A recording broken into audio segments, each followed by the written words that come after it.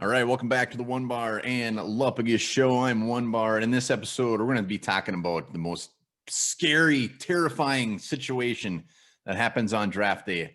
And that is when the Vikings are starting to get on the clock, and there's still a couple guys that you like, and the almighty snipe starts getting into your brain where a team is either going to hop in front of you and take the player you want, or the team that's already sitting in front of you snipes a player. We all know what we're talking about. Vikings are picking 14, so right around like pick 8, pick 9, you start getting sweaty hands, start getting swamp ass, start throwing back beers faster because your nerves can't handle the fact that could he pay? Could he actually be on the board? Could somebody slide down? See it every year. We saw it last year. Eagles are on the board. Justin Jefferson that was there. Anybody who wanted Jefferson, including myself, was crapping themselves because clearly the Eagles were going to take him. Jalen Reagor, boom, baby. All right, we're going to be talking about teams in front of us that could snipe a player that we want. Before we get into that, said we're going to do it giveaway when we get to 2,500 subscribers, which we're very close to. We're going to be giving away this bad boy that came in the mail today from pickandshovelware.com. Awesome print, officially signed by Mr. Jimmy Kleinsasser. Put that bad boy in a frame. I might actually win this drawing. I might rig it because this thing's beautiful. They still got some on the site. Check it out, but we'll be giving away one of these. So make sure you're commenting in these videos with the hashtag sauce for a chance to get this bad boy. Because if you're not putting the hashtag sauce, she won't be yours. All right, let's do it. Let's talk about teams that are going to be sniping us. So let's. This is a very good year for the Vikings to have the needs that they have at pick 14. Let's start with Jaguars. Jaguars, we know they're going quarterback. Great. There's some Vikings fans out there that hoping we're taking first-round quarterback. I am not one of them. More quarterbacks before us, the better. So the Jaguars, quarterback gone. Jets, they're going to be focusing a lot on the offense, possibly a quarterback. We'll see what happens, what they do with Darnold, but wide receiver will be a very big need for the Jets. I could see them going with the Devontae Smith, Jamar Chase. They need weapons. There's no doubt about it. They also need some help at corner, a little early at 2. So the first two teams do not affect the Minnesota Vikings. Miami Dolphins, another team, need offense. They need wide receiver. They need an offensive tackle. By all means, I want to see some receivers off the board. So the Dolphins, again, not really affecting the Vikings. The first team that could put a dent or start to put a dent in a position of need for the Vikings. And when I say need, I'm thinking defensive line. I'm thinking edge rusher. I'm thinking defensive tackle. When you look at interior guards, Wyatt Davis is not going to be worth the pick at 14 for the Vikings. He's not going to go before the Vikings. And a Rashawn Slater, a guy who can play all along the offensive line. He is also on my list for Vikings. So the Falcons come up, a lot of quarterback talk, but a lot of edge rushing talk. So this could be the first one. Kwity Paye and Greg Russo are the top ones right now as far as guys that could go as far as edge rushers. Don't count out the Falcons taking one of those guys at pick 4. They've done crazier things on draft day, and that defense just never seems to get right, and they always seem to be looking for an edge rusher. So Atlanta will be one to watch, and while they might not snipe the guy we could get, they'll snipe a guy at that position, making the other one get closer to being bye-bye. So Atlanta will be on to watch. Hopefully they go quarterback. Hopefully they see Justin Fields and just have to have him. Next up, Cincinnati Bengals at 5. Again, they're going to grab the best offensive lineman. They got to keep Joe Burrow healthy. They need help at O-line. They're taking offensive line. Next up is the Eagles.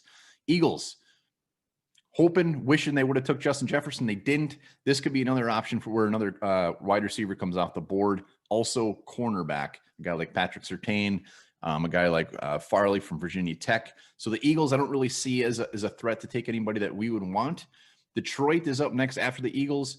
Wide receiver, quarterback can be even in the mix. What they do is Stafford, Micah Parsons, linebacker. They do need some interior defensive line help, but defensive tackle this year in this draft they're not very top heavy. So if Detroit was to take like a Barmore at this pick, which at this point seems a little crazy, so be it. Let them have it. But I can't see him going in defensive tackle. I don't think offensive line as well.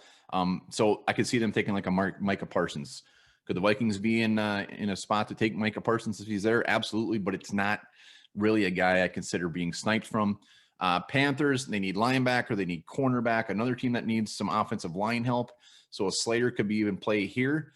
Quarterback as well, depending on what they do with Teddy. Denver, Denver, here's the first threat alert. I have threat alert written next to Denver. I don't know why I picked that phrase, but I'm sticking to it. So Denver needs some pass rushers. Kwity Paye, Greg Rousseau. You're seeing those names floated around Denver very, very heavily. Where we could get a break here is if there's still a quarterback on the board. They don't appear to be overly sold on Drew Lock. If there's a quarterback here, that could help us greatly. Same with a cornerback. We're going to see names like Surtain and Farley move up the boards here, and they need cornerback help as well. So we really want a cornerback or a quarterback to be available for the Broncos. Threat alert. Next one. We got 3 in a row here that are going to be scary for Vikings fans because the Cowboys could use some pass rush as well. Kwity Paye, Greg Rousseau, the only 2 names I'm going to mention here. But they also need offensive line help. They need cornerback help. So again, we want cornerbacks on the board. We want offensive linemen on the board, just straight up tackles that are still there. So, and then the next one, which I think is the biggest threat, is the New York Giants. So the Giants are on the board, 3 picks before the Vikings, and they need edge. They need edge, edge, edge. I have threat alert written twice next to the Giants because these guys could break anybody's dreams of hoping the Vikings get that defensive line help. So the Giants will be a big boy. Next up are the Niners. Niners need they need cornerbacks. They need possibly a quarterback, and another one who could be looking at interior offensive line, but it's too damn early. And then Chargers are after that. They need offensive line help. So a lot of offensive line help that I'm mentioning. That's why I think when the Vikings are on the board, I keep mentioning defensive end, pass rusher, defensive tackle. That's why I think that's going to be our best shot to get the best value there. Because if we're looking at an offensive lineman strictly when the Vikings are on the board, could be starting to get in reach territory. So the teams that I think could snipe the Minnesota Vikings, wrapping this up, I think the Falcons as early as 4, Broncos, Cowboys, Giants, and possibly the Niners. And when I say snipe, I think the needs are defensive line, an offensive lineman that can play basically Rashawn Slater, multiple positions, and possibly a cornerback. But we got to look at this. 4 quarterbacks are probably going to be taken for the Vikings. A tight end, not a need, Kyle Pitts. Possibly 3 wide receivers. You put Jalen Waddle in the mix there, and possibly 2 cornerbacks. So that's a lot of players that the Vikings won't have their eyes on, pushing the needs down to the Minnesota Vikings. So that's the teams that I think could snipe us the most. Again, I'm already sweating right now just thinking of the fact of possibly getting sniped on draft day because there is no worse feeling than that.